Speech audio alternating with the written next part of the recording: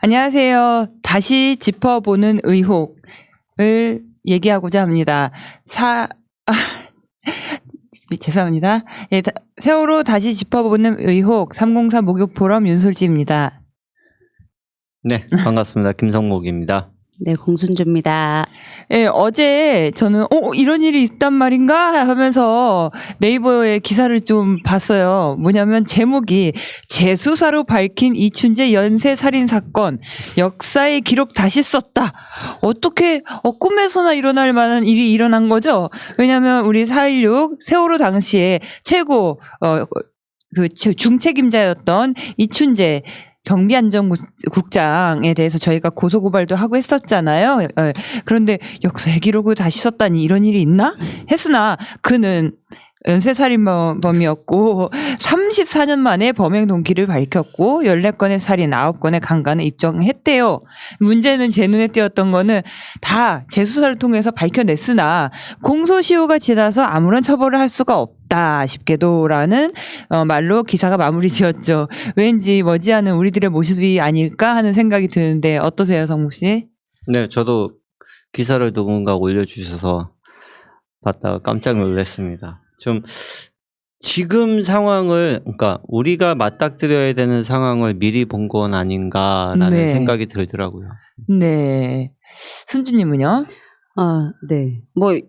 비슷하게 느꼈을 거고요. 근데 세월호에서 제일 사람들이 흔하게 변명으로 하는 게 역사가 판단할 것이다라는 말이 종종 그렇죠. 들리거든요. 네. 예. 지금처럼 그대로 해왔던 행동 그대로 하겠다는 건데, 문제는 세월호 침몰하고 나서 우리가 전대미문의 참사가 일어났다, 국가적 재난이다라고 한번 나라가 이렇게 뒤집어졌었는데, 대응은 그전하고 별반 다르지 않게 교통사고처럼 대응하고 있어서 똑같이 교통사고처럼 대응을 하면 우리도 30년 후에 그렇게 얘기가 되겠죠? 그렇죠. 예. 밝혀졌다 하지만 처벌하지 않는다. 이거는 명확한 미래의 현실이 될 수 있습니다. 그래서 이제 또 오늘은 세월호 참사가 일어난 지 2271일이거든요. 맞아요. 예, 우리가 이거를 카운팅을 굉장히 많이 했었는데 또 카운팅 하게 된 게 하나 더 생겼죠. 공소시효 7년 남은 범죄들이 지금 얼마나 남았는가? 딱 보니까 오늘 286일. 8개월 접어들어서 286일이 남았습니다. 그래서 일단은 이렇게 말씀으로 계속 들리는 것보다 이렇게 딱 문서로 눈에 보여드리면서 설명을 간단하게 한번 환기시켜 드리고자 합니다. 네. 예, 성묵 씨 준비하셨죠? 첫 번째부터 말씀드릴게요. 제 141조 공용서류 등의 무효, 공용물의 파괴, 7년 이하의 징역 또는 1,000만 원 이하의 벌금이 주어지는 범죄입니다. 이 내용을 보면 공무서에서 사용하는 서류, 기타 물건 또는 전자 기록 등 특수 매체 기록을 손상 또는 은닉하거나 기타 방법으로 그 효용을 해한 자는 7년 이하의 징역이나 1,000만 원 이하의 벌금에 처하게 돼 있는데요. 공무서에서 사용하는 건조물, 특히 선박이나 기차 또는 항공기를 파괴한 자는 1년에서 10년까지도 징역에 처하게 됩니다. 네. 각종 서류와 기타 물건들의 해당 관계기간에 따라 1년에서 5년까지 보관 기한이 정해져 있는데요. 네. 그 기한을 넘기기 전에 폐기한다거나 소실하게 되는 것이 포함이 되는 겁니다. 유독 세월호는 이러한 일들과 의혹들이 많이 있었는데요. 네. 17년도에도 지금 문재인 정부에서 세월호 관련 문건들이 발견되었는데 네. 그날 바로 폐기가 됐다는 소식을 19년도에 들었어요. 예, 그것도 이제 어떤 수사 관계에 있어서 밝혀진 일인데 그거에 대한 수사도 전혀 이루어지지 않고 있죠.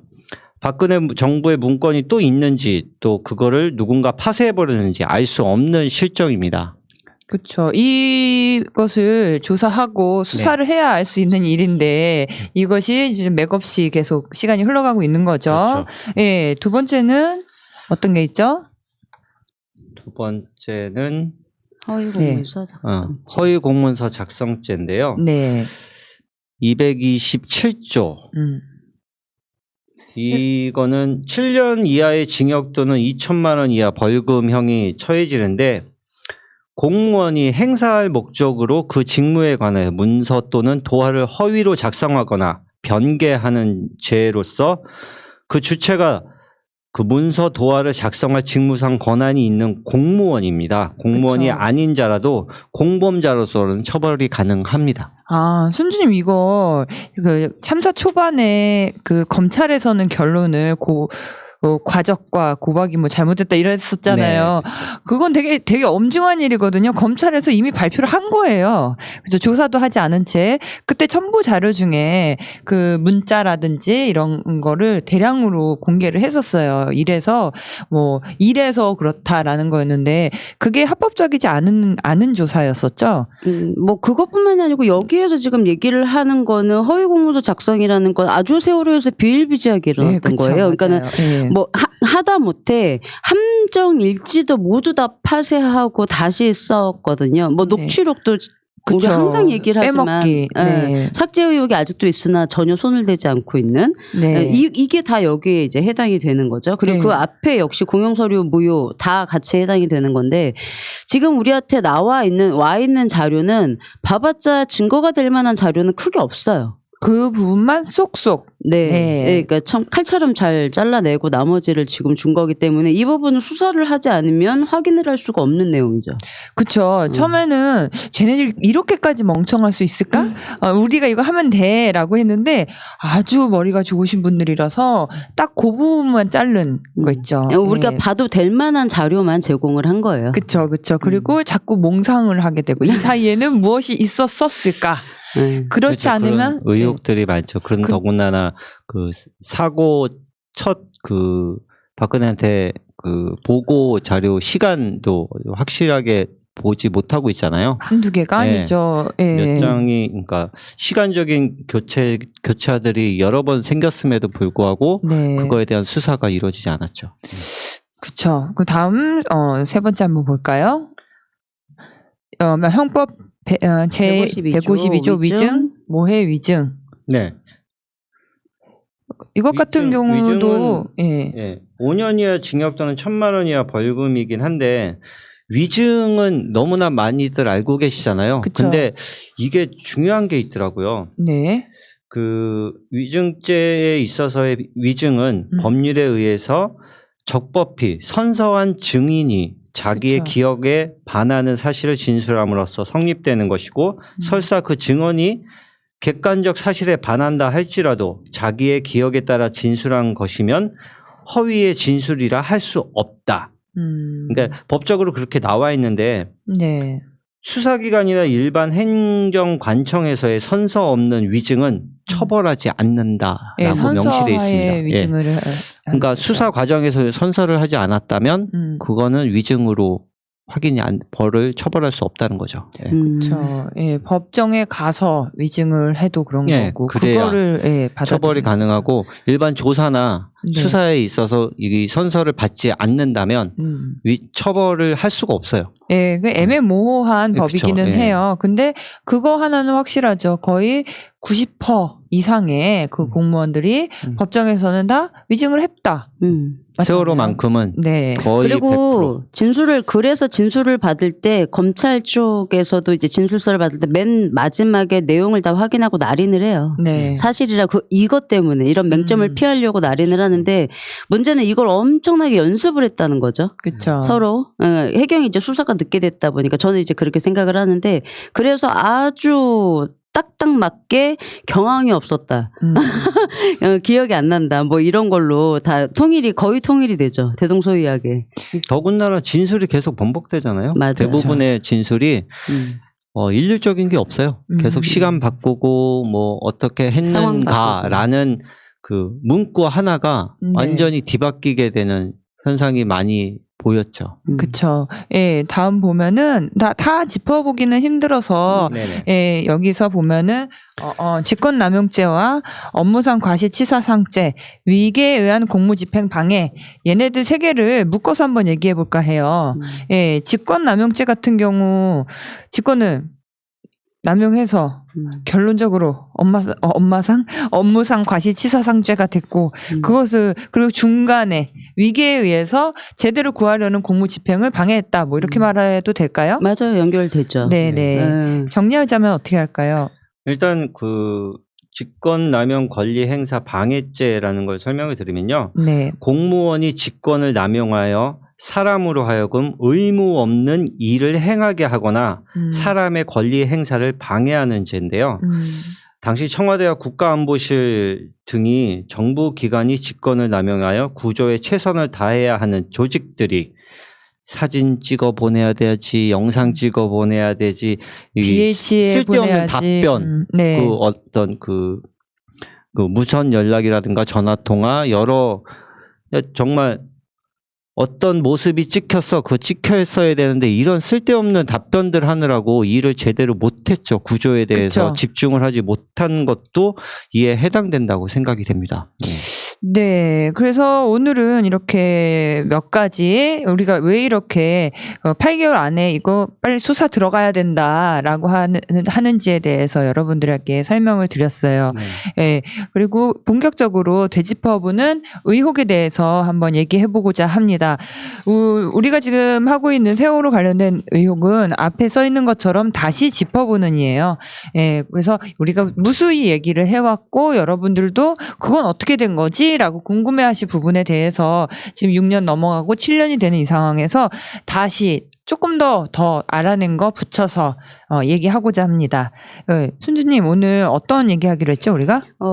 그 해상 훈련 관련돼서 우리 뭐 흔히 언론에서 많이 이제 회자가 됐던 게 매뉴얼이 없어서. 네, 그렇죠. 네. 그리고 이제 그 검찰이 수사를 받았던 1, 2, 3정 해경들 특히 뭐 김경일 정장 같은 경우에는 이런 대형 여객선이 침몰하는 상황에 대한 훈련이 되어 있지 않아서 구조를 할 수가 뭐 경황이 없어서 할 수가 없었다. 뭐 그런 변명을 많이 했었죠. 그렇죠. 근데 네. 이거 예전부터 많이 이럴 수가 이랬었던 내용이에요. 이것만 제대로 밝혀져도 얘네들 뭐야 무능이라고 할 수가 없는데 이거 왜 이렇지 했는데 이거는 공개된 자료입니다. 그렇죠?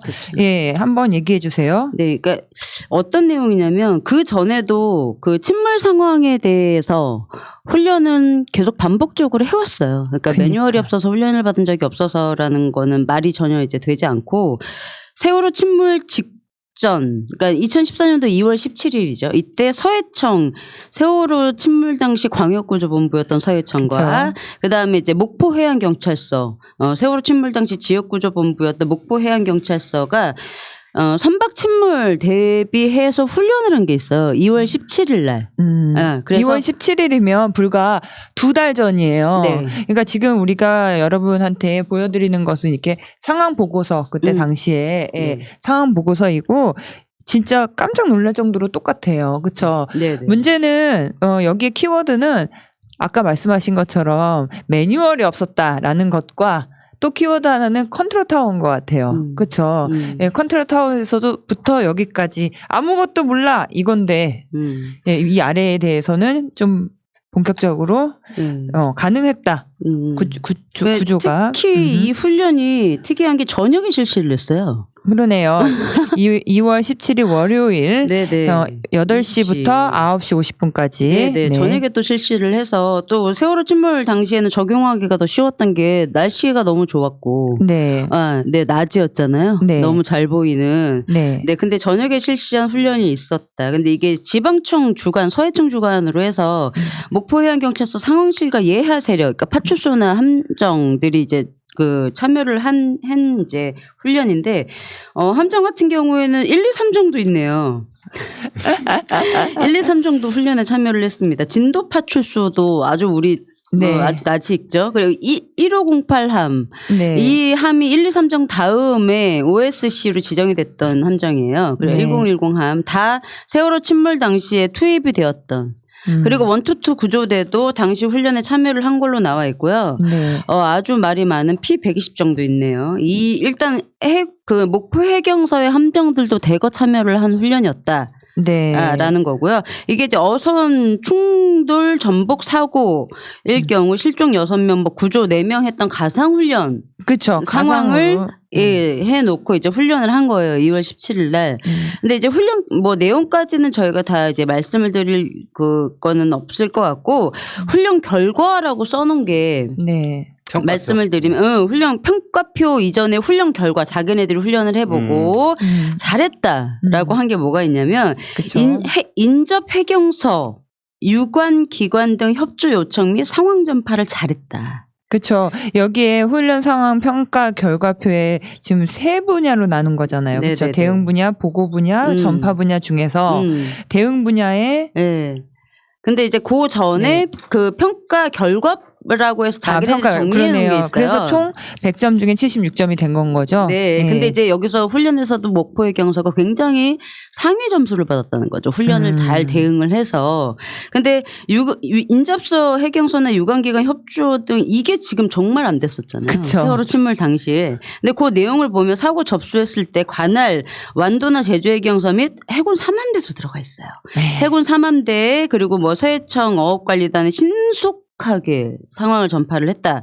인명구조 요청도 같이 했다라고 해서 이걸 잘했다라고 적어놓은 게 있고 목포 어업정보통신국도 유관기관의 지속적인 협조와 상황 전파를 또 정말 상황 전파가 안 됐거든요. 세월호 침몰 그러니까요. 당시에. 처음 당해보는 네. 것과 같았어요. 네. 이걸 또 잘했다고 적어놨습니다. 그러니까 어떻게 대응을 그러니까는 세월호가 굳이 아니더라도 선박이 침몰을 하면 우리는 어떻게 대응해야 된다는 거를 2달 전에 이미 다 싹 훈련을 했다는 거예요. 그러니까요. 예.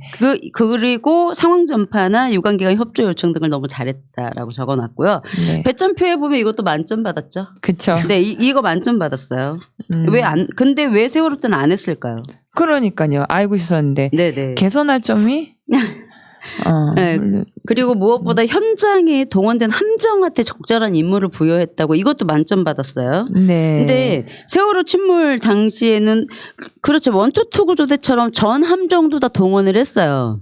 물론 이제 먼데 뭐 부산에서 이렇게 오는 배들 해경서의 배들은 오다가 돌려보낸 배들도 있어요. 다음날 저녁에 도착하고 막 그래야 되기 때문에 굳이 니네까지는 올 필요 없다. 돌려보낸 건 알겠는데 도착한 선박들이 그럼 뭘 했냐는 거죠. 그쵸. 세월호 때는 없었어요. 근데 전혀 이제 뭐 대응했던 게 없었는데 당일 2월 17일 훈련을 보면 이것도 적절한 임무를 잘 부여를 했다라고 해서 만점을 줬어요.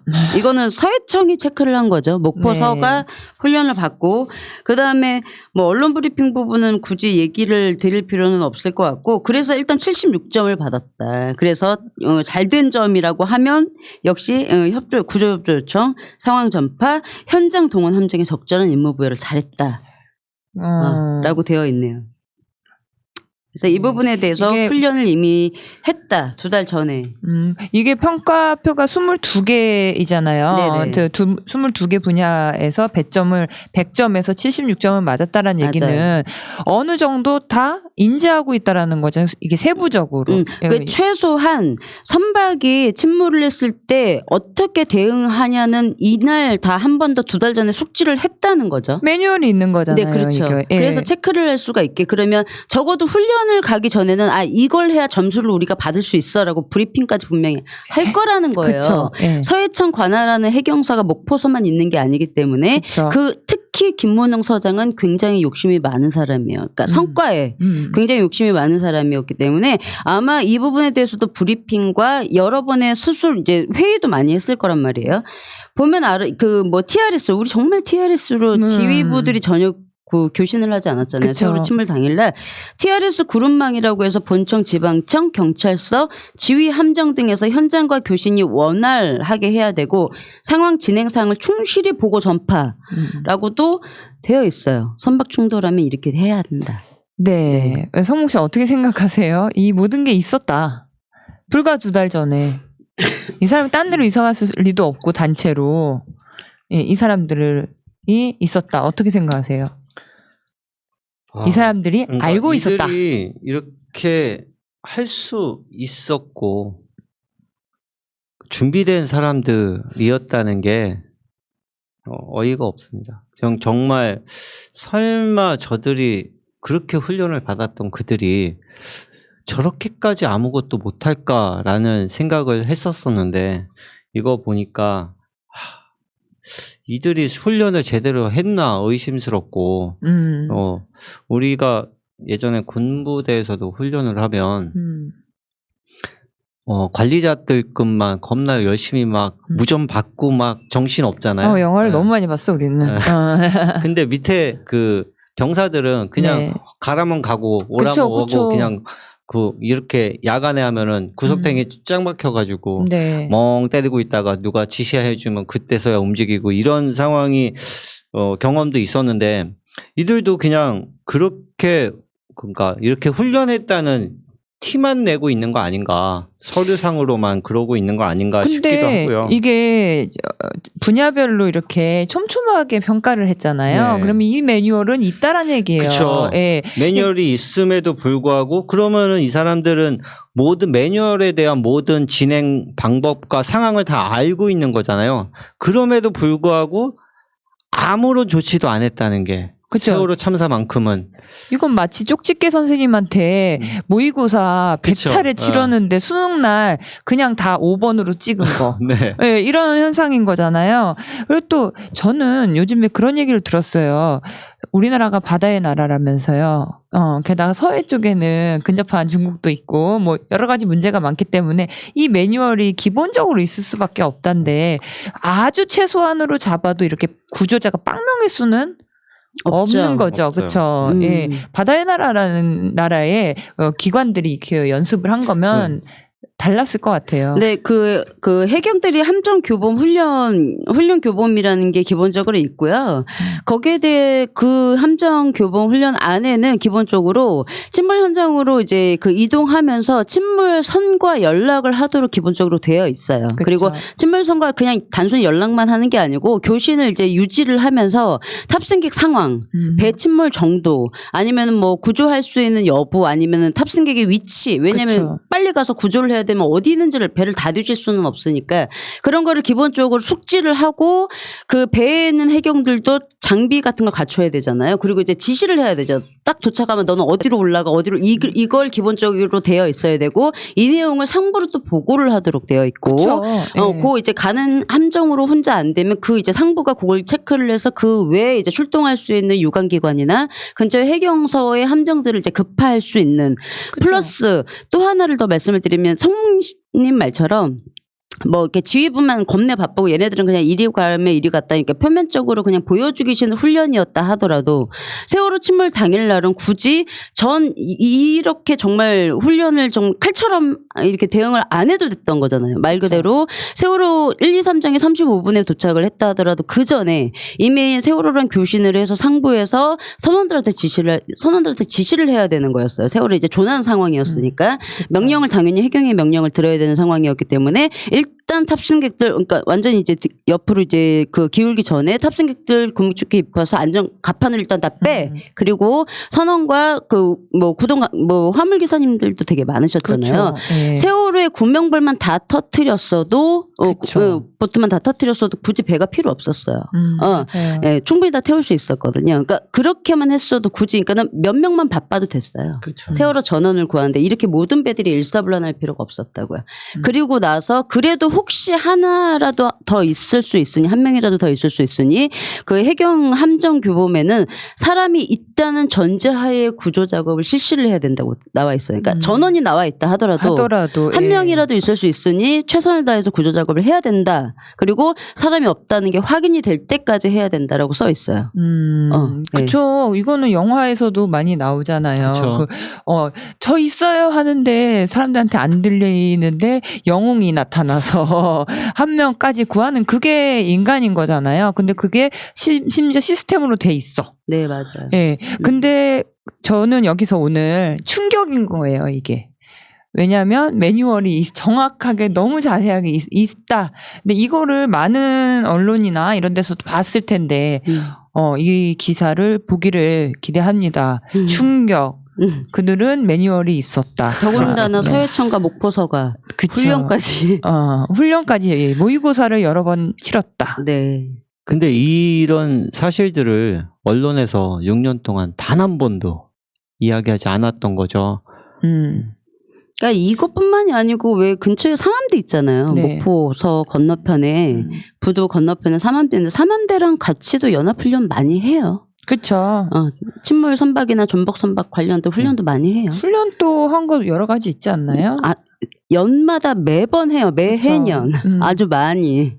네. 네, 공식적으로. 네, 공식적으로 많이 해요. 예, 또 순주님 여기서 이어서 얘기해 주신다면. 네, 이거 일단 다시 한번 또 반복해드리지만 그런데 이 부분에 대해서는 언급이 방금 말씀하셨지만 언론뿐만이 아니고 수사가 안 됐고요. 그러니까 그 1, 2, 3정 정장 한 명 처벌로 나머지 해경들은 다 지금 면죄부를 받은 거잖아요. 그러니까 최소 1, 2, 3정 안에는 해경들도 있었는데 그들조차도 처벌이 안 됐어요. 근데 요거는 임무가 이제 그 법령에는 나와 있진 않으나 규정에는 비상시에는 담당이 있잖아요. 누구는 고무보트를 타고 가지고 뭐 사람을 방송을 하게 하고 사람을 내리고 이게 올라타서 승선해서 뭐 탈출을 시키고 이게 임무가 다 정해져 있었어요. 그쵸. 근데 예. 김경일 전장 한 명 그 외 해경들은 모두 면제부. 그러니까 더더군다나 세월호 침몰 당일날 대응해야 됐던 해경청과 목포서가 이제 이런 훈련을 했다. 그러니까 전혀 몰랐을 리는 없는데 전혀 되지 않았다. 요새 얼마 전에 뭐 사참위에서도 기자회견을 했는데 네. 뭐 그 영상을 어제 저녁에 하나 보여주셨어요. 김성국 님이 사참위에서 만든 영상인 것 같다라고 하면서 보여줬는데 제목은 무슨 항공대의 뭐 조직적인 거짓이라는 제목이었던 것 같아요. 근데 제목 그런 좋네요. 일단 그런 내용은 전혀 없었던 영상이어서 좀 특이한 영상이었는데 한 가지 둘이 얘기를 하면서 SSB라는 게 있어요. 그게 이제 어선과 보통 교신하는 교신인데 1, 2, 3장이 세월호 침몰 현장으로 가면서 세월호랑 연락을 교신을 한 번도 하지 않았어요. 그러니까 말로는 3번 정도 시도를 했는데 세월호가 교신을 받지 않았다. 그래서 근처에 있는 어선들한테 구조 활동을 빨리 해야 되니 도움을 요청하느라고 SSB를 계속했다라는 얘기가 있어요. 그래서 그 교신도 있긴 한데 문제는 저는 이제 참고적으로 그 교신이 나중에 좀 녹음된 게 아닌가 싶은 의혹이 있는데 그게 왜 그러냐면 성목 씨는 이제 그런 거예요. 전혀 아무것도 안 한 줄 알았는데 가면서 그래도 교신을 했어. 어선들한테 뭐 여객선이 침몰하고 있는데 빨리 와달라는 교신을 그래도 했네라고 얘기를 하는 거예요. 그럼 제가 이제 그래서 설명을 했죠. 나는 그게 나중에 그 녹음이 된 거다. 면책을 위해서 녹음이 된 거라고 의혹이 있는데 왜 그러냐면 그렇게 탑승객들을 시급하게 구조해서 답답해서 막 SSB까지 했던 1, 2, 3정이 정작 세월호한테는 교신 시도를 제가 알기로는 한 번인데 서류상에서는 3번이라고 하니 그럼 3번을 했다고 치고 교신이 안 된다고 하는 이유로 그냥 쭉 가서 450명이 있다는 걸 알고 도착을 했는데 해상에도 빠진 사람이었고 밖에 나와 있는 사람도 없어. 그걸 본청에 보고를 해요. 사람들이 안 보여요. 안 나와 있어요. 그런데 나오라는 소리를 안 했다? 그런데 그렇게 시급해서 SSB를 했다 가면서 근데 현장에 딱 갔는데 사람이 없는데 나오라는 얘기를 안 했다? 시간상으로 맞지가 않죠. 상황이 예. 전혀 틀리다는 거예요. 근데 그쵸. 이제 그 사참위는 그걸 기정사실로 해서 영상을 하나 이제 만들었던 것 같은데 이런 부분이 이제 서로 얘기하면서 결론은 그거였죠. 이래서 수사가 필요한 거구나. 왜냐하면 제가 초반에 우리 말했던 것처럼 해경이 내놓은 자료를 보면 범죄 사실 이게 범죄 사실이구나라는 걸 찝을 수 있는 게 몇 개 되지 않아요. 그래서 그렇게 해서 영상을 만들어 봐야 해경이 내놓은 압수수색이 아니고 내놓은 자료에 그냥 시간만 타임라인만 맞춰서 그냥 나열을 한 거지. 이걸 그렇죠. 지금 6년째 하고 있어요. 그전 사참위도 그렇고 지금 사참위도 그렇고 일반 물론 시민들도 그렇고 이게 답답한 거죠. 네, 순주님이 항상 하는 말씀 있잖아요. 같은 내용인데 세모로 만들고 다음엔 네모로 만들고 다음엔 별표로 만들고 내용물은 같아. 예, 그런 여러 가지 모양들로 뭔가 새 건가? 그런데 보면은 다른 반죽으로 만들었고 그런 경우가 굉장히 많죠. 예, 이게 네. 웃긴가요? 저는 웃겨요. 왜냐하면 성목 씨가 이것 좀 한번 봐봐. 그리고 저는 그럼 기대를 하잖아요. 뭐 또 새로운 게 나왔나? 내가 네. 모르는 그거 보면 그래서 다 보고 그래서 왜 이 영상 왜 만든 건데? 그리고 제가 텔을 보냈어요. 그러니까 그냥 만들었다고 하면서 얘기를 했는데 전혀 새로운 게 우리 2015년도에 상봉사 목요 포럼에서 이미 다 확인이 돼서 제가 새날 방송에서 다 얘기를 했던 부분 정말 그걸 그냥 요번엔 네모나게 만들어놨더라고요. 그렇군요. 그래서 참 시간이 우리가 공소시효가 얼마 안 남았는데 우리 언제까지 이렇게 쓸데없는 시간을 허비해야 되나 하는 생각이 들었어요. 순주님, 사실 성목님은 한 9개월 정도 병원에 있다가, 그러니까 공식적으로는 대략 1년 후부터 우리를 만나기 시작한 거잖아요. 시민들을 이렇게 만나기 시작한 건데, 어떤 부분에서 저는 대견해요. 다들, 이거 보는 것만 해도 어지러워서 못 보겠다. 나는 그냥 추모하고 존재로서 하겠다. 그래서 저도 몇 번, 하지 말까? 이런 방송 하지 말까? 이런 얘기 하지 말고 추모를 할까? 이렇게 얘기하는데 성목님은 좀 단단하게 그렇지 않게 어른의 책임을 다하겠다. 이렇게 행동을 하고 있잖아요. 실제로. 그게 힘들긴 힘들 거라고요. 이게 뭐라 그래요? 이 사람의 입장에서 생각해 보면 저는 힘들 것 같거든요. 예, 성목님은 어떻게 생각하세요? 왜 이런 진실 관련된 일들에 대해서 그냥 계속해서 참여해서 정보를 계속 같이 공부하기로 결심한 이유가 뭐예요? 솔직히 누구도 믿을 수 없는 상황이었잖아요.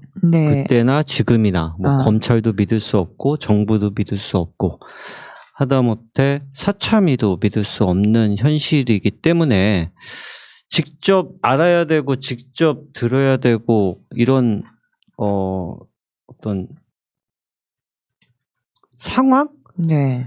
그 영화 대사에도 있는데 사람을 보지 말고 상황을 보라는 대사도 있는데 지금 상황에 정말 8개월 뒤면 아무것도 할 수 없는 상황이 됐잖아요. 그럼에도 불구하고 아직도 네모를 세모로 만들고 이런 걸 한다는 것 자체가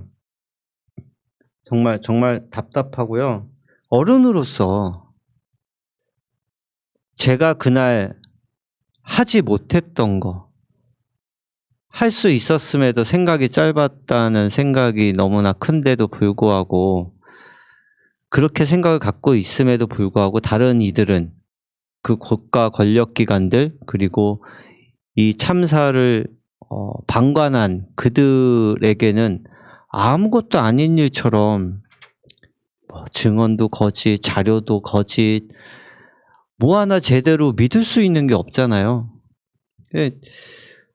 부모님들도 처음에는 이렇게 자료 어려워도 보게 되고 찾아야 한다면서 그렇게 고생을 하셨는데 왜 지금은 그런 말씀들을 안 하시는지 좀 안타깝고 같이 좀 해주셨으면 하는 바람만 있어요. 뭐 제가 할 수 있는 게 이것밖에 없어서 이제 여러분들하고 같이 하고 있지만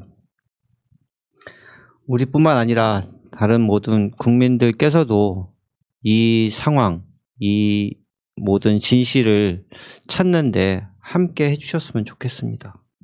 갑자기 손지님 우리가 목요 포럼 원래 금요일에 하는데 아무도 못 알아보라고 목요 포럼이라고 만들었었잖아요. 네. 그렇죠. 딱 참사 1년 되던 4월 첫째 주 금요일. 그땐 금요일이었구나 우리가. 예. 근데 그 이후로 우리는 이제 다른 분들하고도 뭐 예를 들어서 회식을 할 자리가 있다든지 막 그러면 좀 적응을 못하는 게 울자주의가 아니잖아요. 지금 순주님하고도 항상 얘기해요. 우리는 언제쯤 진짜 대놓고 울 수 있을까. 눈물이 내장에 붙어가지고 다 굳어 있는 것 같다고. 그냥 우리 그렇잖아요. 추모 우리도 되게 하고 싶은 거 아닌가요? 네, 그쵸. 그렇죠. 예, 두렵다기보다는 이거 먼저 이렇게 해결하고 그 어느 날에 우리 다 함께 울 수 있지 않을까. 근데 공소시효 끝나면 못 울 것 같아. 울 자격도 없어서. 못 가지 애들한테.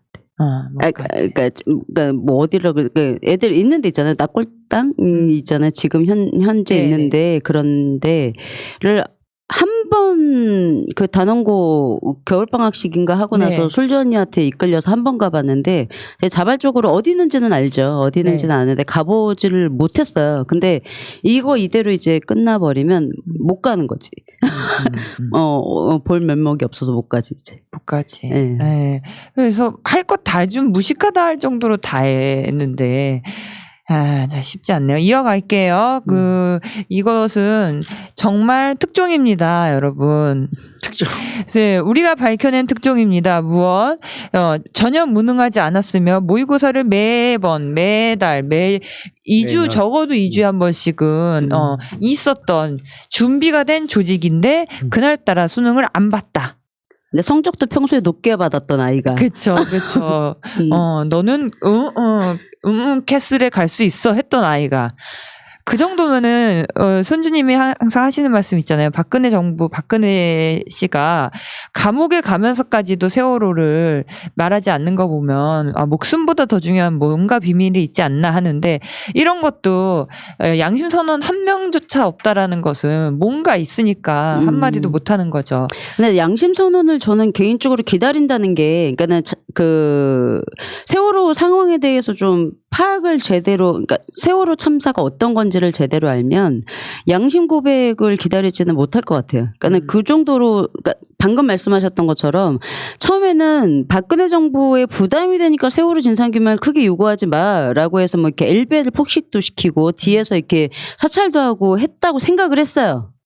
근데 박근혜가 탄핵되면서도 지금도 세월호 하면 깜짝깜짝 놀라죠. 그쵸. 세월호 참사하면 깜짝깜짝 놀라죠. 그 이유가 저는 있다고 생각을 해요. 그러니까 핵심이 저는 개인적으로 박근혜라고 생각은 하진 않아요. 그럼요. 물론 예. 책임은 있으나 세월호 참사 핵심은 박근혜라고 생각하지 않는데, 그러니까 세월호 참사가 어떤 건지를 알면 사참위의 진상규명을 기대하는 허망한 짓이나 검찰의 진상규명을 기대하는 허망한 짓은 안 하겠죠.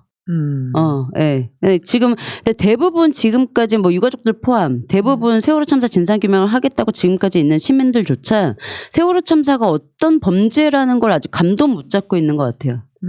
그러니까 지금 지지부진하겠죠, 지금처럼. 감을 잡을 수 있는 우리들만의 협조, 우리들의 만남 이런 것도 완전히 다 없어졌죠. 예. 다들 추모만 하려고 하니까요. 네.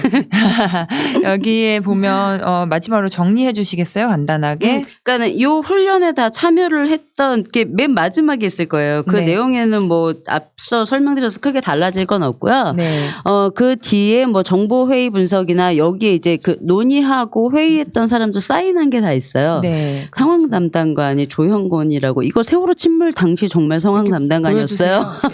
여기 화면에 보여주세요. 이렇게. 네네.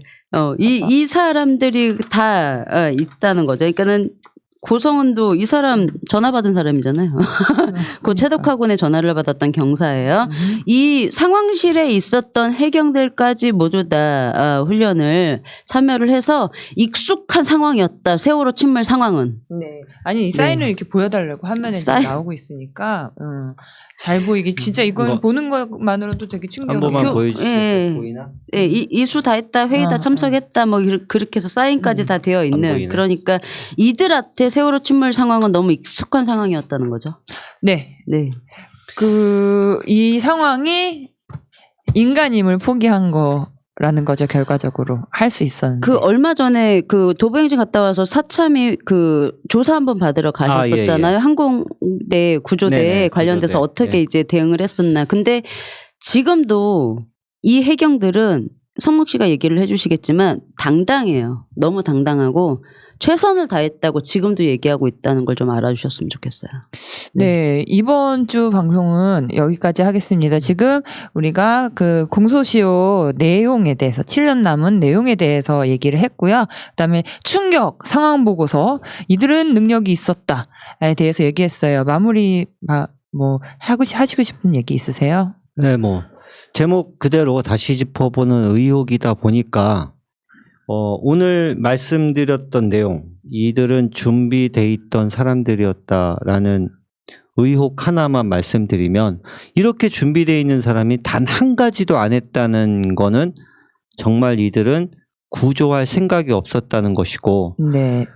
그 구조할 생각이 없었던 이유가 자신의 생각이지 않았지 않았을까, 누군가의 지시가 있지 않았을까라는 의혹이, 그런 의혹이 있다는, 그래서 수사가 꼭 필요하고 이와 관련된 국가 권력기관, 기무사 국정원, 또 청와대와 국가안보실, 네. 모든 국가 권력기관들을 수사하지 않고서는 세월호 진실은 묻혀버릴 수밖에 없다는 것을 다시 한번 말씀드리고 싶습니다. 네, 손주님은 네, 뭐 방금 말씀드렸던 것처럼 이거 손목 씨 얘기하신 것 때문에 저희가 지금 방송을 하고 있는 거잖아요. 네, 제발 8개월밖에 남지 않은 상황에 세월호가 과거사가 되는 일은 좀 없었으면 좋겠습니다. 제가 그 면제부에서 찾아봤어요. 네, 정확하게 알고 싶어서 썩은 종교 아래서 이 면제부를 주면 너의 죄를 사하노라잖아요. 근데 그 조건이 있어요. 그러니까 하지 마 이거예요. 예, 근데 이들은 계속하고 있는데 이 면제부라는 게 더 심각하다. 더 부도덕적이다라는 생각이 듭니다. 다음 주에 여러분 뵙도록 하고 또 우리 상황 보고서 및 세월호 의혹에 관련돼서 계속할 것을 약속드립니다. 네, 감사합니다. 감사합니다. 고맙습니다. 현재로 저들을 물리치자. 바이러스에게는 마스크가 없다. 어서 가자 바이러스보다 먼저. 그러니 내일보다 먼저 가자. 우리들의 희망을 형제이게 하자. 설령 그것이 내일이라 해도 현재로 저들을 물리치자. 바이러스에게는 마스크가 없다. 어서 가자 바이러스보다 먼저. 바이러스에게는 마스크가 없다. 어서 가자 바이러스보다 먼저.